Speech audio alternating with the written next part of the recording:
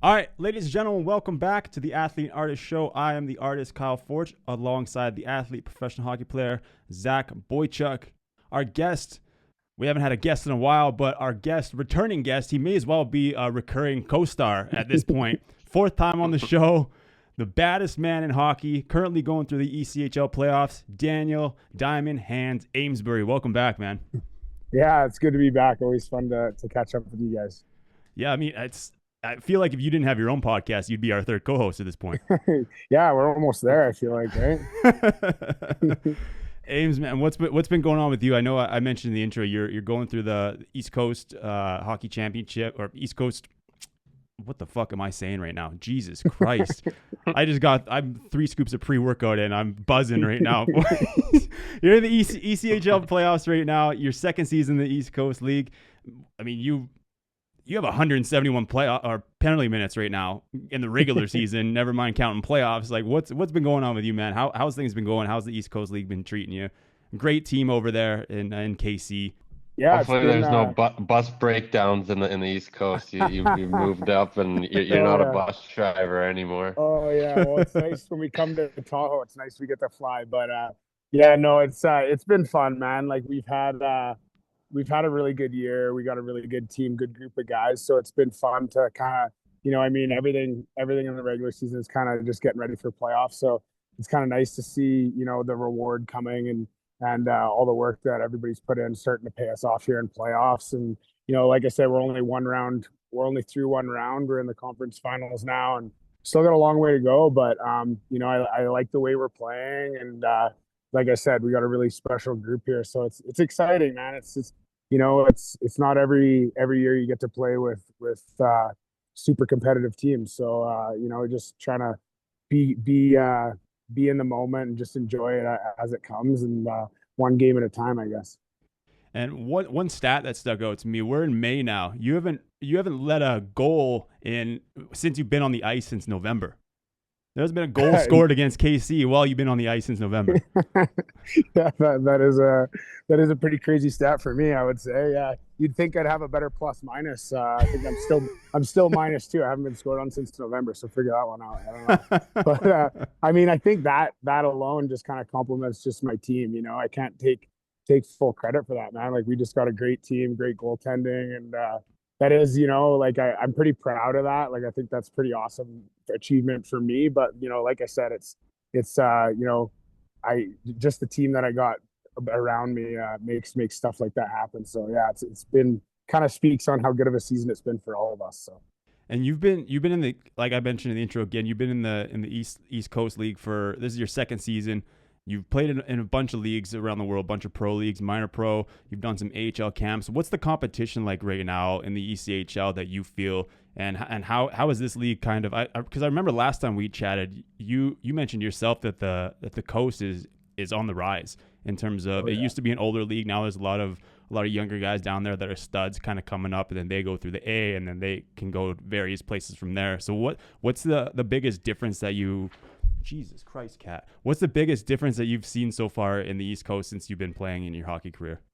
Yeah, I think like the biggest difference that I'm noticing now, then, it's I guess I got a pretty unique situation because I know I've kind of said it before. I almost like I came out of a time machine, not playing for 8 years.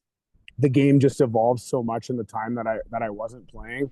But I just find like the coast is just it's so fast now. Everybody's so skilled, and I know it's not just the coast. It's just hockey in general is just so skilled and so fast now. So it's really cool to see. And obviously, like the coast is just so like NHL affiliated. Like all these NHL teams are really utilizing their coast affiliates now. So I mean, we're playing NHL contracted goalies pretty much every night. And like I mean, we've played multiple goalies this year with over 150 NHL games, which is like, it seems crazy, and like I think we're playing Lake Tahoe, like their captain has almost 100 NHL games. Like it's not like it's just the young guys. Like there's some older guys that are kind of coming back. Is that Luke Adams? Yes, it is. Yeah. Oh yeah, I played against him a little bit over here in Germany. So he was over there for a long time, right? Yeah, good player. Yeah, I think he played World Juniors back in the day. Yeah, he did. I was actually just looking the other day, and I was like, "Holy crap! This guy's got 90 show games." And I think that alone, like that, just shows like what like where the coast has come, you know, like he's not the only guy. Like we played against Kincaid this year. We played against Aaron Dell, you know, like these are guys that, you know, were in the NHL for, you know, it wasn't just like a sniff, like they were there for a while. And I mean, the goaltending, I think anywhere you go, the goaltending is just, you know, I feel like that's the thing that always stands out. Especially when you're, you know, in the coast, every team's wanting to get their NHL goalies games. So they kind of, it's almost like the goalie who's like right behind the starter in the A is kind of like the starter in the coast rather than backing up in the A kind of. It's kind of what it seems like. But man, it's been cool, man. The game's really fast and it's fun for me because, you know, I'm playing the game just keeping up, you know, like I'm just like getting better every day and just like you know, it's like I said, it's fast, but it's a blast, man. It's special for me to be here and be able to play such high level hockey. So Yeah, how's that been from you from a development standpoint? Like you said, you're getting better every day. You're playing with a lot of these guys that have their show games. You're playing with a lot of guys that are probably going to end up in the show too. Like how has it been for you in, you know, going through, you know, practice and getting these games with these type of guys and just to better your overall game? yeah, I mean, like you are who you surround yourself with, I think is like a really important thing that I always think about. And just being around players that just have so much more skill than me, it just like helps you evolve so much quicker. The thing for me that's like the most important, like is like with my game is just like having good routes and just like, you know, just playing the system properly and just, you know, not, you know, keeping it simple. So like for me, it's, you know, being here where it's like the systems are so important and like obviously it's just you play exactly how you're supposed to. Like there's no cheating the game. And I think for me, that's like, you know, there's so many guys around that are just like they've been coached by, you know, elite coaches. We got great coaches. So it's like it just helps you grow that much faster being around guys like this. And you know, I just try and, you know, every day just be a competitor. And I mean, even practice for me is a blast because I'm just, you know, it's just I feel like I'm just getting better every day, like at such a higher progress than I would feel like I would normally at this age. And I probably because I didn't play for 8 years. But yeah, it's been really good, and I love being around all these young talent that you know helps me get better.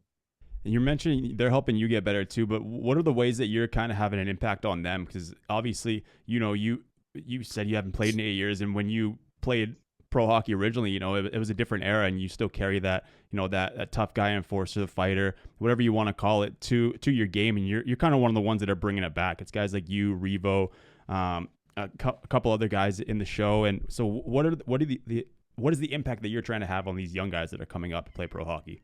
I think like I mean even like off the ice, I would say just you know just being a good teammate and just like you know trying to set an example in that department. Like you know just obviously it's just like it's all about the boys and it's all about like just winning hockey games and keeping the morale up. I think that's like a big part of me and what I can bring and stuff like that. Just being you know keeping the energy good and stuff like that. And then as far as on the ice, just you know making everybody feel comfortable, making everybody feel a little bit bigger out there and giving everyone the space that they need to play the game that they want without having to look over their shoulder.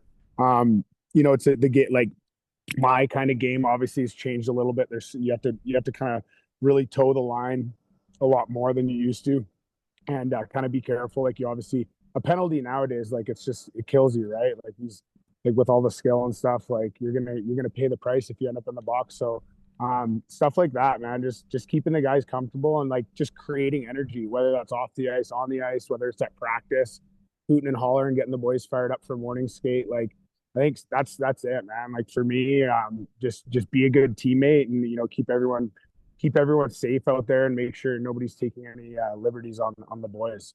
Do you still have that like WWE like character, like going in the games and going in practices and like 24/7, or how's it going in that way?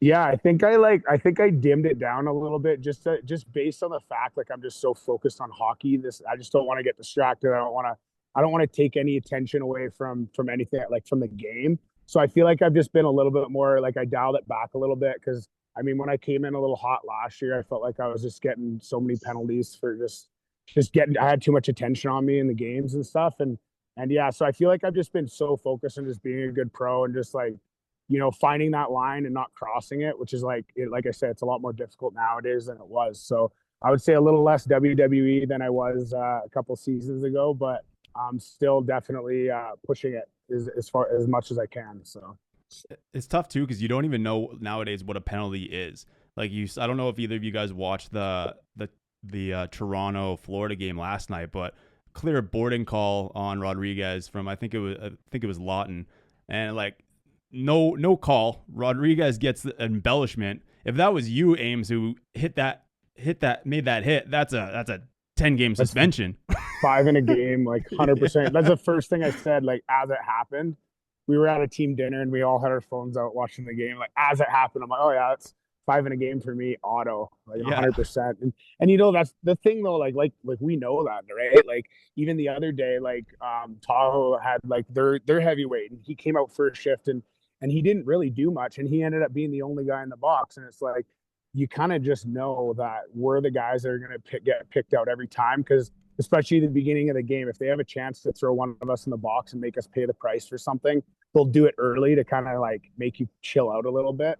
So yeah, it's just like I said, that's a part of the game that, you know, it's changed a lot since, you know, especially since I was playing in the Central League. So just being aware of that and just trying to find that line but not cross it, which is like I said, much more difficult nowadays. But you know, that's the only way to do it. I think the one thing that I find that's difficult sometimes is just like pulling up on a hit last second, because guys will try. Everybody tries to escape hits now, so it's if you're trying to run a guy like open ice, let's say, like a lot of times they jump out of the way and then maybe your knee catches them, or like it's hard to like make that last second decision on if you're gonna finish your checks or not. So I find like that's the one thing that, you know, I feel like 10 years ago it was more on the responsibility of the guy getting hit to keep his head up, where now it's like on the responsibility of the guy delivering the check to make sure he knows you're coming. So I find that that's probably one of the harder parts, but you know, like I said, just gotta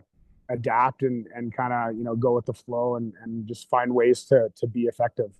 Yeah, and if those guys jump out of the way and you end up catching a knee, it could be a double minor for kneeing. Like you could get more than just the 2. It could be a major 2, depending on how the ref sees it. Like you never know what's going to happen. It makes it a lot harder to play the game, especially for guys like you.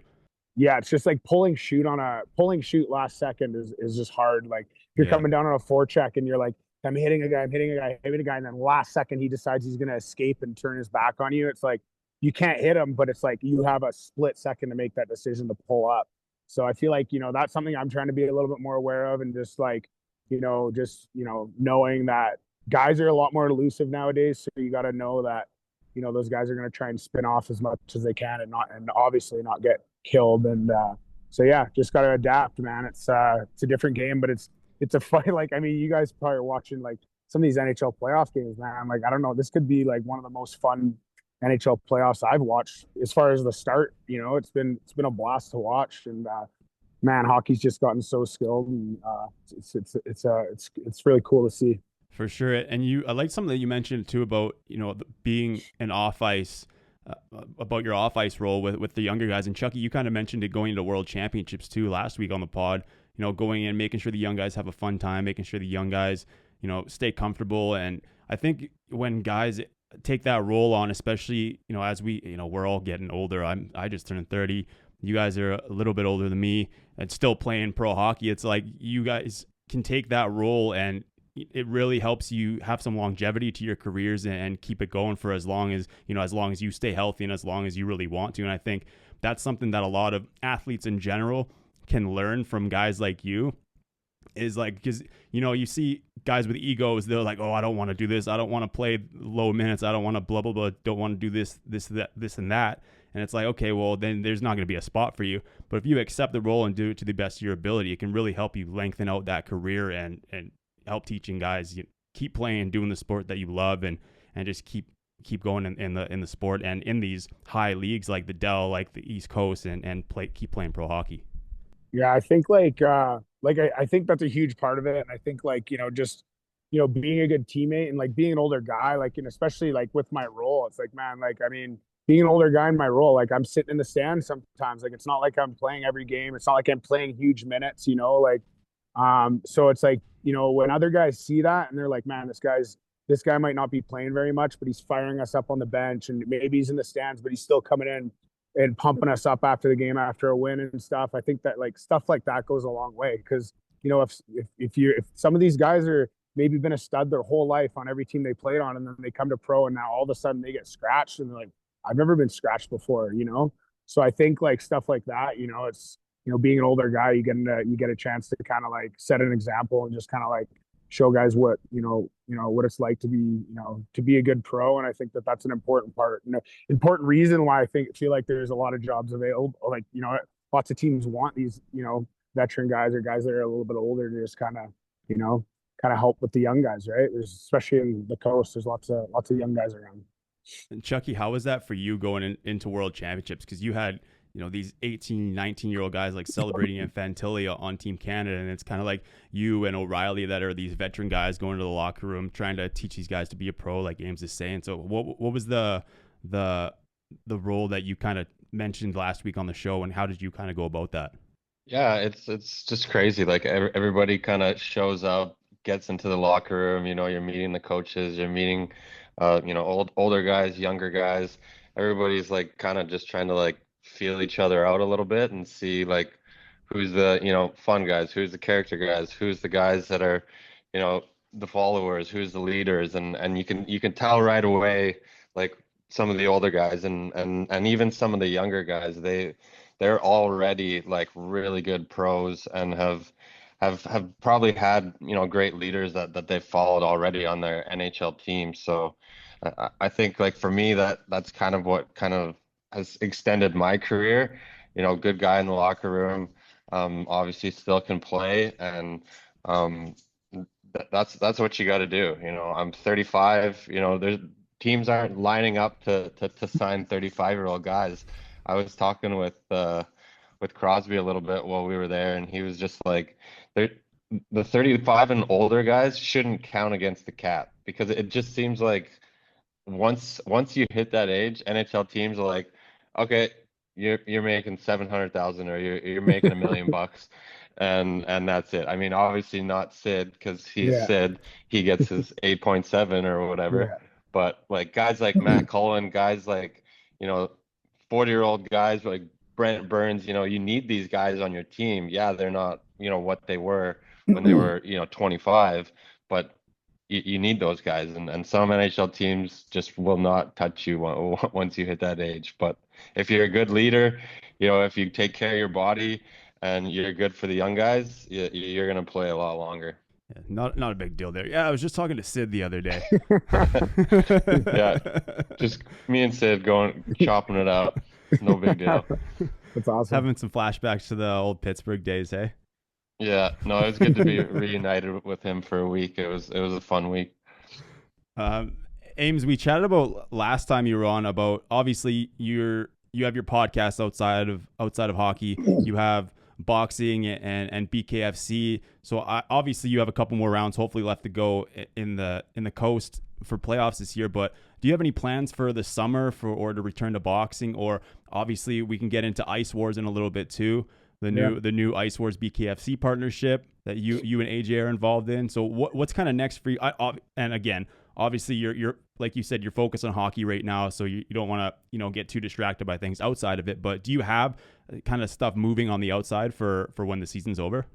Yeah, I think like this year has probably been the first year since I came out of retirement. I've just been like so like just dialed on the hockey end, and like I've tried to not like take on some of that stuff. Like I definitely have some opportunities that have come up, over the last few months, but I'm just kind of like everything's on ice, man, until the season's over. So there's a few opportunities floating around, but like I said, it really depends on how far we make it. Like we're planning on playing till the middle of June, which would be the finals. So, or like I don't know, second week of June or something like that. So, nothing obviously planned, but obviously there's the Ice Wars thing, which I'm sure will at some point I'll be getting in there. Not sure when, but yeah, man, lots of opportunities. But this has been the first season. Like I haven't really been posting a lot. I've just been like, man, I've just been so wanting to just, man, I got goals with hockey and I just want to hit them. So I'm just trying to focus on that end and just, like I said, be a good teammate and just get better every day. And,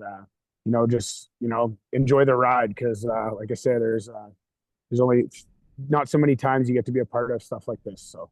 For sure. What are some of the goals that you have in hockey, obviously, besides trying to make a championship run this year with KC? Yeah, I just want to win, you know. A big goal for me would be to just play an AHL game, like just get a sniff in the AHL, which, you know, like that's a big step, and I know it is, but you know, that's something I'm working towards. However I got to do it, I'll do it. You know, I'm willing to do anything.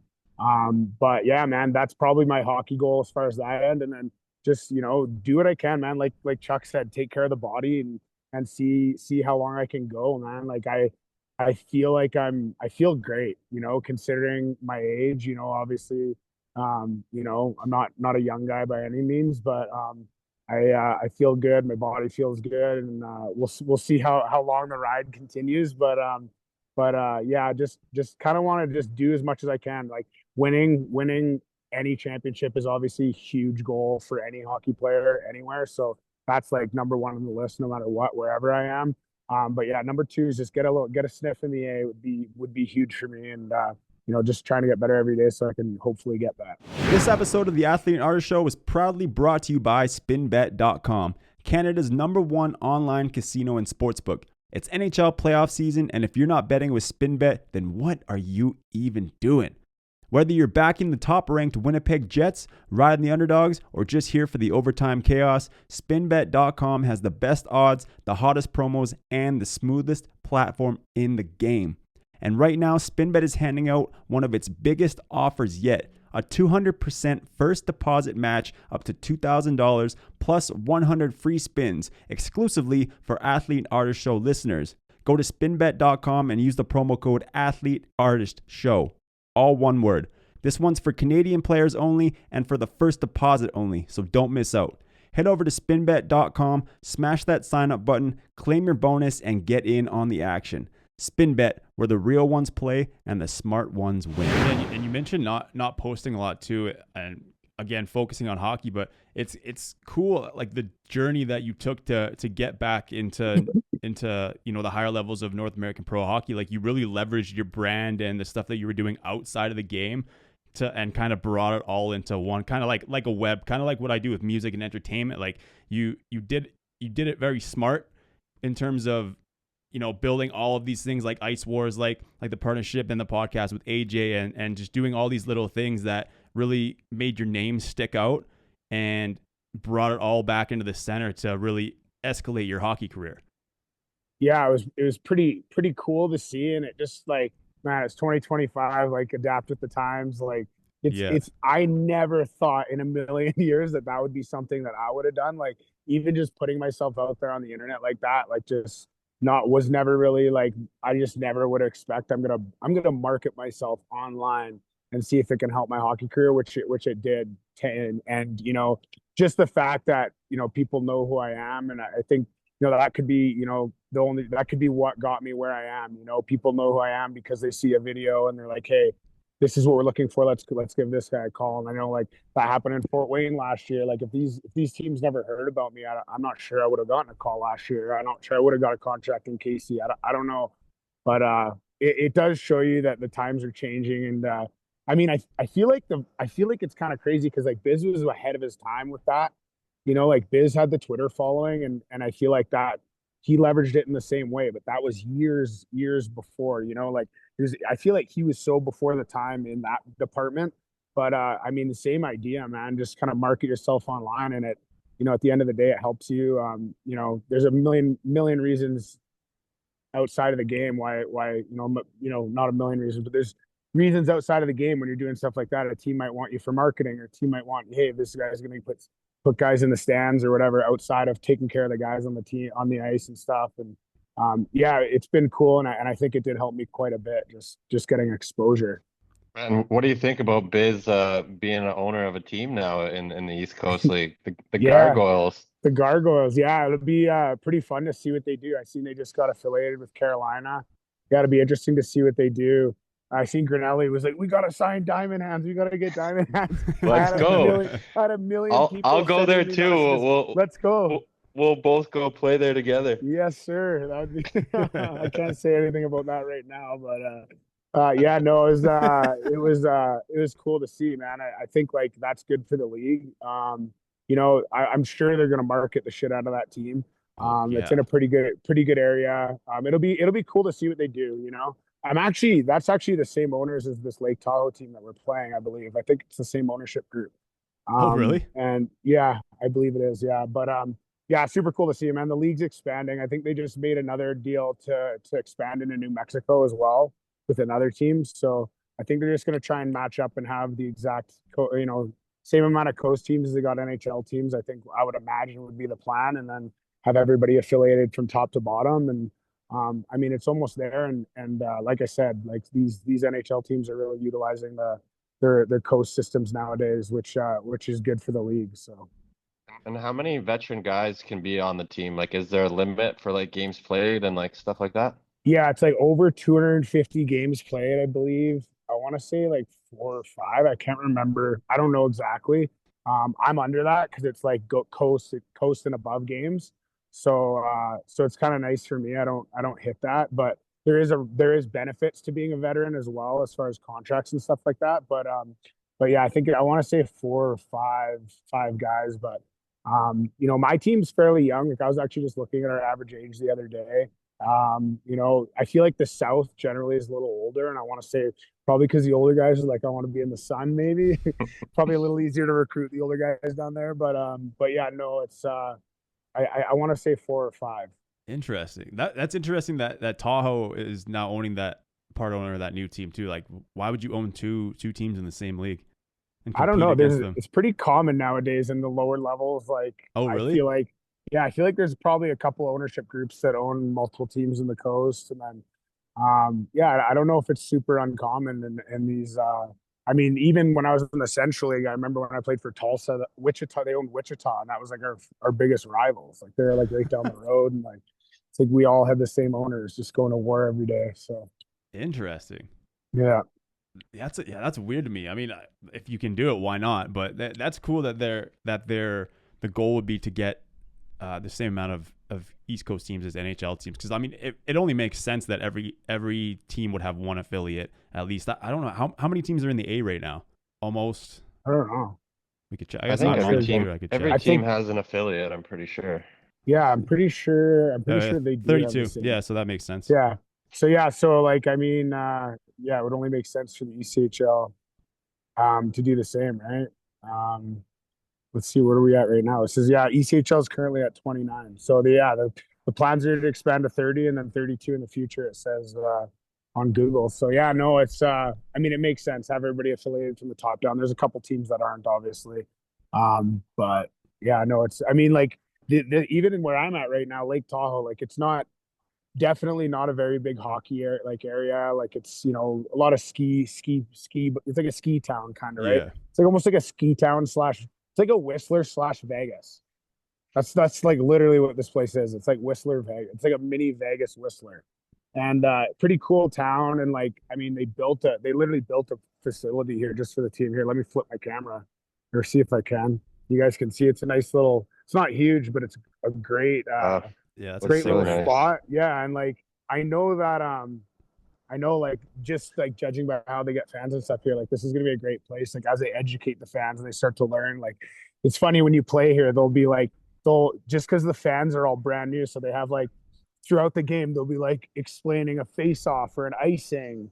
Like you know what I mean? They're like educating the fans Educational. Yeah. as the game goes on, and it's funny. Like it's good, it's smart, right? Like you kind of got to do that in a place like this. So it's just funny to see. But yeah, they'll say Did, some things during the game like that's crazy. They got to tell them that. But I guess if you've never watched it, then you wouldn't know. do they have a couple tough guys as well? I'm sure almost every team has at least one or two, right? Like a lot of the Yeah, marketing is guys hitting each other and a couple yeah, fights here and there. yeah. And I honestly feel like the pendulum is kind of swung again too. Like I feel like Rempe was a big part of that too, man. Like the pendulum swung. I think everybody's realizing like, holy, this is opening doors for people. So like I feel like there's even more guys that might not have fought a few years ago that are starting to fight and just trying to like add that anything extra to their game to try and kind of move to the next level. Tahoe has Anthony Collins. He's like a friend of mine. I played a little bit of junior with him, and I actually pretty interesting story. I probably wouldn't be playing pro hockey if it wasn't for Anthony Collins, and he might not be playing today if it wasn't for me. So this is what happened. My first pro, I was working on the pipeline. I was aged out of junior. I thought I was never going to play hockey again. And I get a call from Collins. He's like, Amesbury, how's it going? Like, what's going on? I'm like, what's up, man? And I was like, oh, we were just finishing a job. So I had a couple months off work or whatever. And he goes, I'm going to try out for this team in the Federal Hockey League, blah, blah, blah. I never heard of the Federal Hockey League. I look it up on Google. All I see is Slapshot. And I'm like, oh my God, what is this league, right? So Collins convinced me to come try out for a team in Vermont with him. And next thing you know, I go to this tryout. Collins, I think got released. And then I ended up like not quite making that team. And then I signed with another team, played 7 games, got called up to the SP. So at this point, Collins sat out, like he didn't play that whole year. And then I ended up in the SPHL, kind of ran amok in that league. I had like, I think 43 fights in 39 games or something like that. And then the following season, another team in the league, like someone that knew me, reached out and they're like, hey man, like we really need a heavyweight. Do you know anyone? And I'm like, well, I got to return the favor. You know what I mean? So I gave them Collins' number. Next thing you know, Collins is playing in the SB. We had a fight actually that year. We had like a toe-to-toe fight, and he never stopped playing. He's been playing ever since. He's got, I think, 600 ECHL games now. And wow. So it's pretty cool, you know, like we got to go to war with each other, but, you know, there's a lot of respect between me and him. And it's just cool to kind of, you know, come back around and see a guy like that out. And he's actually older than me. I think he's got a year on me. I think he's an 89. So coming back full circle and ended up playing against a guy like that. And it's pretty special, man. I mean, that's the game of hockey. And you know, we go out there and we compete just like we'd be competing against any other heavyweight in the league. But there is like a very big mutual respect between the two of us. We always check on each other and stuff and see how they're doing. So yeah, it's pretty cool and pretty special. But yeah, he's a tough cookie. I'd say he's one of the top guys in the league, hands down, for sure. That's awesome. And to kind of circle back to what we were just talking about, like about building the brand outside of hockey too. Like you don't see it a lot in hockey, and like hockey's the one sport where really a lot of guys, especially in the NHL or coming up, they seem to be like afraid to show their true personality or to have a character or show character because like of social media. Like hockey's a very traditional sport, and you mentioned Biz on social media, and like Zach too. Like we've talked about it a lot before. Like Zach, your Twitter was huge back in the day, still huge now. Like you and Biz were kind of the first two guys that really built brands outside of hockey as hockey players on social media. And I noticed it even when you were at World Championships, like you had a nasty goal the other night, and then someone tweeted about it and people were like, oh, like that Zach Boychuk? Like, and then everyone's going on Twitter and stuff like that. So it's like, I feel like it can help you so much outside of the game too. Like when you guys end up finishing your playing careers, like it can help with on the media side. Like obviously we all have podcasts, but it's like it could help get on broadcasts or ownerships and teams or ambassadors for teams at different levels or stuff like that. So I feel like it just helps a lot more. I mean, obviously if you're like Nate or McDavid or whatever, and you're going to end up making $500 million throughout your career, you might not need to do that. But like, if you want to keep going in the game after you finish playing, it's like, it just helps on so many different levels, whether it's again, like broadcasts or brand deals or stuff like that too.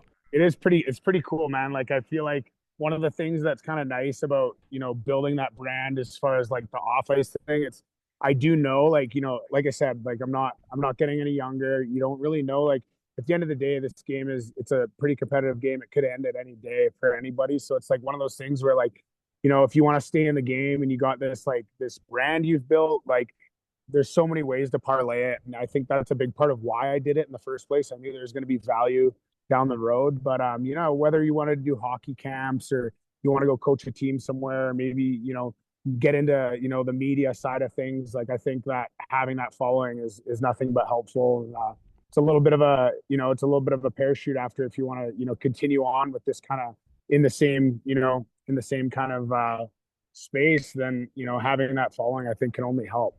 Zach, did you notice anyone like recognizing you from social media on Team Canada, like from back in the day? Like obviously you knew some of those guys, you had played with them, but some of the younger guys that you may not have gotten a chance to play with, like did they did they know who you were because of Twitter or because of, you know, seeing you around? Obviously your skills speak for themselves, and that's the reason why you got invited to the training camp and to World Championships. But did you see anyone, like the social media or the branding side, kind of affect that or make you stand out?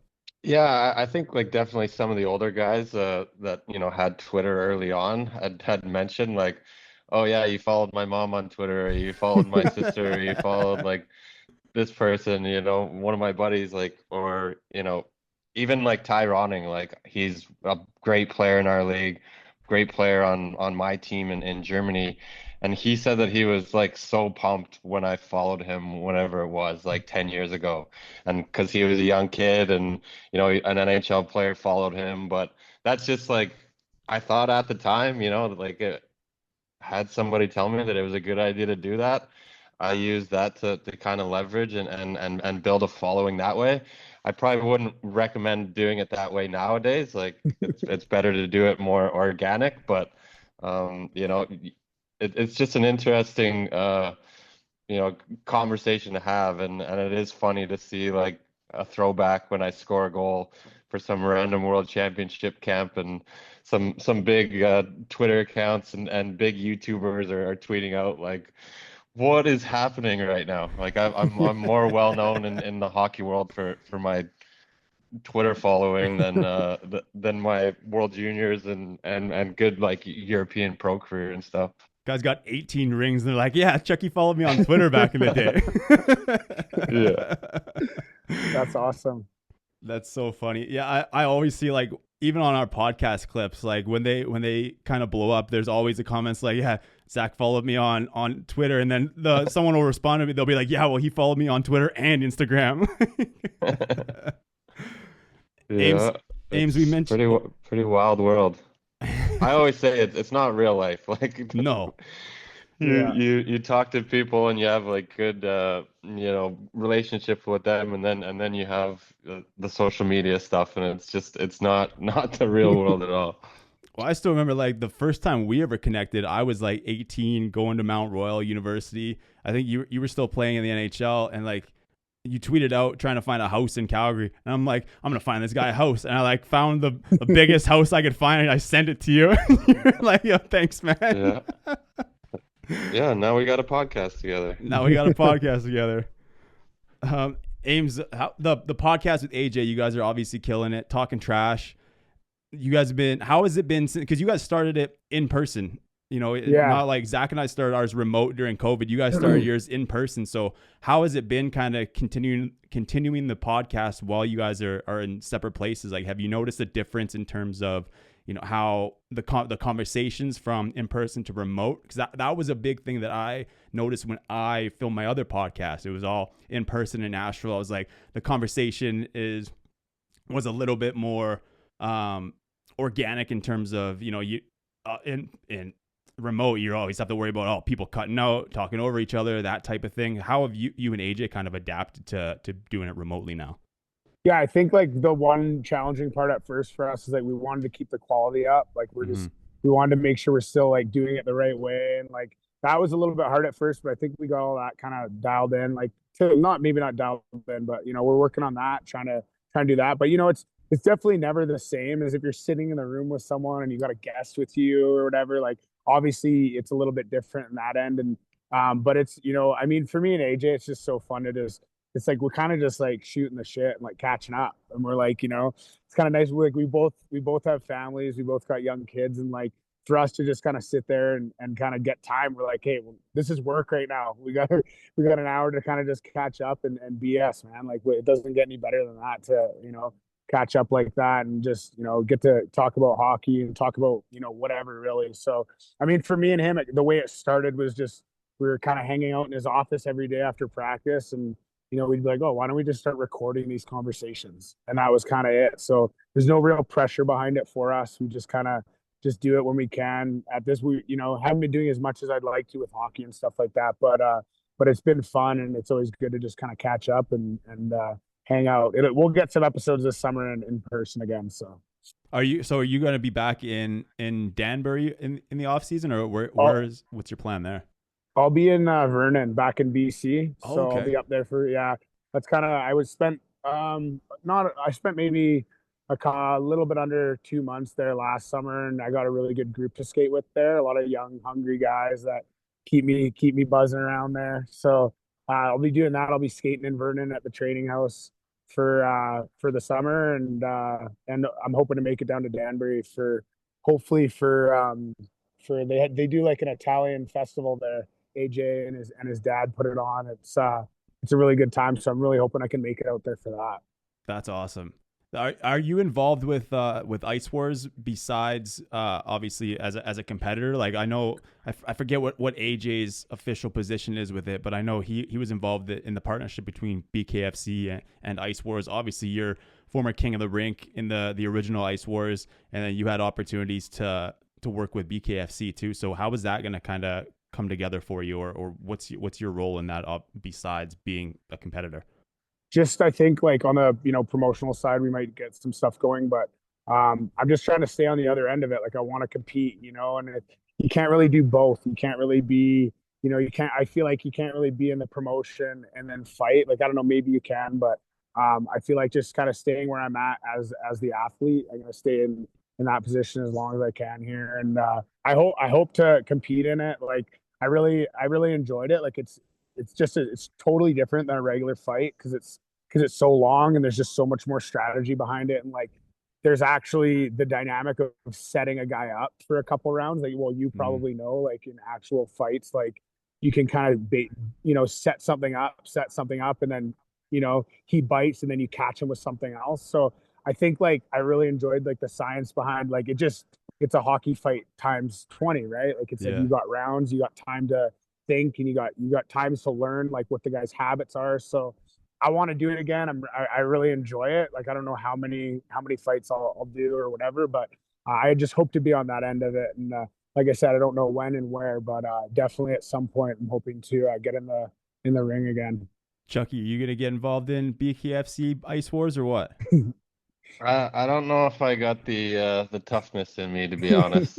I'm a lefty, but never Ooh, never fought. Sneak attack.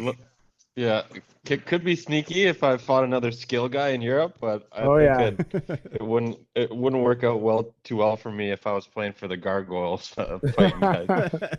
Well, we're gonna be on the same team, so you won't have to worry about fighting. Yeah, you got me.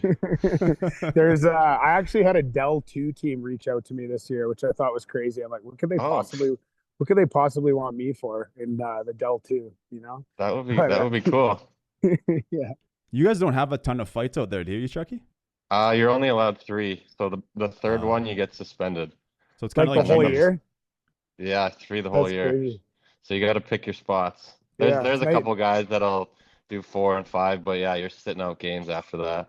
Okay, yeah, it's the same rule now they have in the coast. It's just 10, but it's like as soon as you hit your 10, it's like I think a 1-game suspension every one or something like that.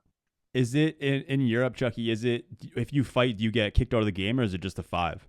No, you still play. Okay. Like there's some leagues where you're not allowed to take your gloves off. So like Switzerland, you can't take your gloves off. They're That's like crazy. punching each other with their gloves on, but the German league's normal. You can take your gloves off and I was wondering. I've seen highlights from over there where guys aren't dropping the gloves. I'm like, what's going on here? It's like, embarrassing. It's a bad look. Tough look for sure. Did you guys see the first fight in the PWHL? These girls were just going cage rage on the ice, cage raging, full. It was insane.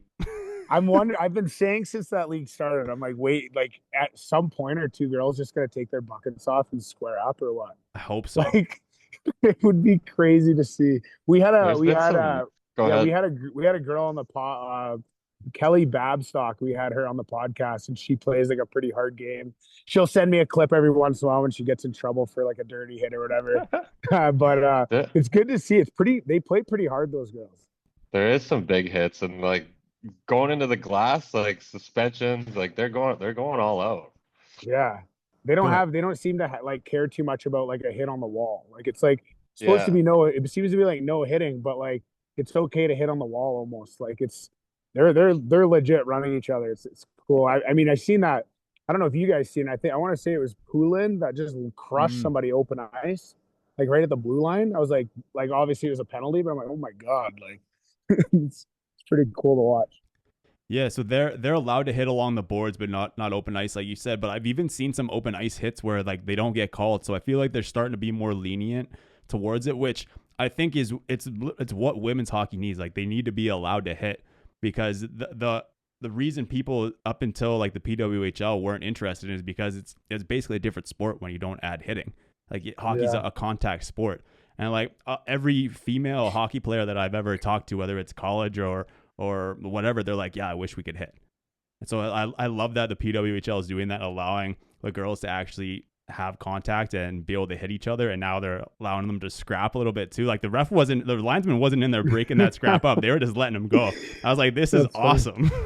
I wonder I wonder what happened. It's interesting. It's cool to see. We are most of the refs in that league female then? Yeah. We had actually last time I was in Lake Tahoe, I want to say we had a woman reffing our game, which I thought was crazy. And then she did she lined a game, not our game, but she did line a game later in the year. And then that's when I was kind of like, okay, that's kind of sketchy, because like what if she has to break up a fight? But it was cool to see, man. Like I feel like women in sports, I mean, you're seeing, NHL coaches now. I mean, it's pretty crazy. But yeah, we had a female ref us in Tahoe this year. It was interesting. I was surprised. I come out and I'm like, whoa, the heck? What's going on here? Yeah, you see that a lot in juniors nowadays, even in like AAA or whatever. But in junior, like the WHL and Junior A all have like female refs. The linesman thing, I get more too. Like to your point, where it's like if you have to break up a fight and there's two like big boys like you in there, it's like what's she gonna do? Like obviously the boys aren't focused on who's breaking them up. Like you're focused on each other, so it's not like if you have to get in there, if you catch someone like that's what I'm saying. Like if we're like, God forbid someone actually like caught whoever the linesman is, and that either way it's no good. But if it's a female, it's definitely a lot worse. So I was like, that was the one thing I was like, oh man, that'd be hard to break up a couple big boys regardless. It's probably one of the hardest jobs for the officials to do, man. Well, like, did you see what the Caps and Habs series, like when I think who was it? It was Anderson and Wilson on the bench, like just scrapping, like they couldn't break them up. Like, and I thought at one point, like the ref caught someone or caught a shove or caught a half punch or something like that. I was like, damn, like it's a tough job. Tough one to break up. And the ref was kind of a big boy too. I was like, even he couldn't get those guys off of each other. It was like the refs actually jumped in and tried to help too. Like, so breaking up stuff like that is tougher for if it was like a smaller female on the ref or on the linesman side, but they definitely ref hockey for sure. Yeah, definitely. I seen like it's been cool to watch. I feel like the PWHL, I was gonna say about like if they did want to bring in hitting, I think the way they're doing it is the only way. I don't think they'd be able to just like say, hey, you can hit, because they've just played hockey like imagine they did that. I'm sure like these girls don't know how to get hit yet. They don't know how to like they haven't played that way. So I feel like if they just opened it full tilt and like, all right, you guys can just lay each other out, no problem, open ice. I feel like it might be a little bit rowdy in that sense, like people might be getting hurt. But I feel like if they are intending on letting them get a little bit more physical, I feel like the way they're doing it's a little better. Like just kind of let them get a little bit rougher. Maybe they get, a little bit more lenient with it as time goes on. But I feel like that's kind of the only way to do it. If they just turned it on and said, all right, you're allowed to hit, I feel like it would just be, I don't know, maybe I'm wrong, but I feel like it just might be a little bit too fast of a transition if you've been playing non-contact your whole life. No, for sure. I totally get what you're saying. And I think like with the PWHL, what they should be doing, since they're allowed to hit on the boards, like they should start teaching the girls as they're coming up, like through AAA and through like the youth hockey, like how to hit along the boards, and then kind of and change the rules all throughout the levels, like college, AAA, and then obviously into the PWHL, they're allowed to. So like prepare the athletes before they get to the PWHL, and then they're like, oh, okay, now we can hit. Now we have to learn as an adult. Like you prep them as they're younger, and then eventually they might be able to transition into open ice as well. Yeah, I think it's always better to learn when you're younger. Like I was always like, I never loved when they changed, like they made the hitting and minor hockey start later. Yeah. Like I didn't like that, because like, I mean, I would rather have a kid learning when he's not as strong. Yeah. You know what I mean? Like why not have them learn when they can barely skate, and when they're, you know what I mean? They're not hurting each other, when they can barely, they're barely moving. They're light. They're not, they're not going to hurt each other. It's like, it's a terrible comparison, but it's like kids sparring, like when they're young. Like, I know it's not ideal. I would not have my kids sparring when they're young anyways, but the argument is like, well, they're young. They can't really hurt each other at this age. I honestly feel like the later you start, the more dangerous it is, because these kids are stronger. Like if they're not hitting till they're 12, like when you're 12, you're skating pretty quick. You can move. Like these kids can skate now. They're getting a little more solid on their feet. Like I feel like I would rather have them learning younger when they're like, not as strong. They're probably not going to hurt each other. And then when they are 12, 13 or 14, they've already learned. They've been doing it for a few years. I know it's definitely a different kind of, probably a different angle than people are thinking usually with that in that department. But that's always one thing that I thought when they made the hitting start a little later. I was like, I don't know if that's helping. I don't know if that's going to help or hurt. Yeah, for me it was always Pee-wee. Like that's when you learn to hit. When I was younger, Zach, was it kind of same for you, or was it even younger than that?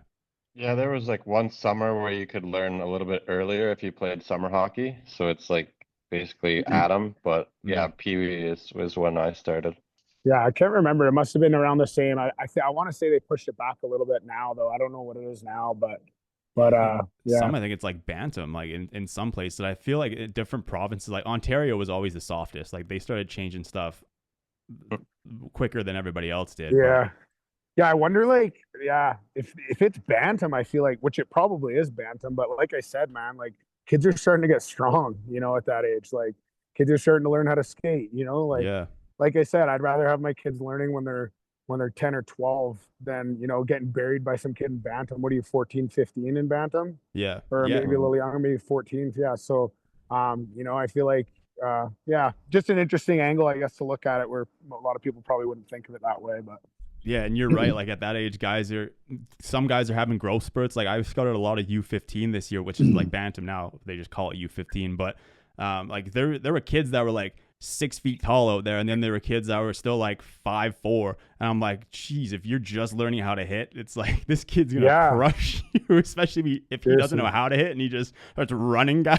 It's like, oh shit. Yeah, we've been talking a lot lately. Like I don't know why the conversation's come up a few times about like hitting growth spurts late and stuff like that. And I was saying, like, I almost feel like it'd be better to hit your growth spurt late so you learn how to play undersized. Yeah. You know what I mean? Like, if that makes sense. I know this is like totally just like most ideal situation kind of thing. Cause I feel like if you're a big kid when you're young and you hit your growth spurt early, it's like almost like like you're going to learn the game a little. You're like, oh, I'm bigger and stronger than everyone. And then eventually everybody's going to catch up to you, It's just an interesting thing we were talking about the other day in the room. And I was like, just saying, I'd probably be almost an advantage to get your growth spurt a little later.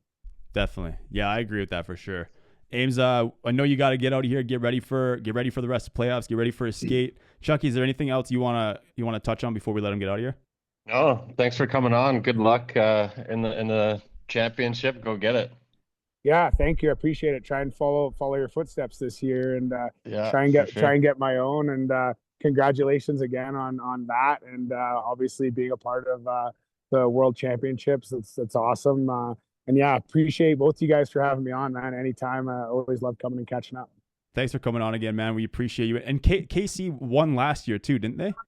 No, they lost in the finals to Florida. Lost in the finals. Okay, so they added you to try to get that comeback, kind of like Florida when they lost 2 years ago, coming back for the chip, going on that run to get it. Yeah, they got pushed around, I guess, a little bit in the finals last year. Was what their coach said. What our coach said when he called me this year. So hoping I can help out in that department a little bit, and we're all hoping to get Florida in the finals. Not trying to look too far ahead, but hopefully we can get Florida in the finals and kind of pay them back what everybody wants to give them back. I think they're 3 years. They've won three years straight. So, wow. Crosby said he was at their game a couple of weeks ago. I guess. No way. Yeah, like his brother-in-law or something is the assistant coach, so he was down watching the game. Not a bad spot to go watch a hockey game, I'm sure. Okay. I heard it's unreal down there. Yeah. Yeah, I bet. Unreal. All right, Ames. Appreciate you again, man. Good luck rest of the day. And thanks again so much for coming on. We'll have to get you on after. Hopefully, you guys win the championship. We'll get you on again. I mean, I'm sure we'll have you on again a few times again. You're, like I said, recurring co-star, co-host, whatever you want to call it now. This is like your second podcast at this point. But thanks again, man. We always appreciate you coming on. All right. Thank you, fellas. Appreciate you guys. Unbelievable. All right. See you later, everybody. Yeah. Ciao.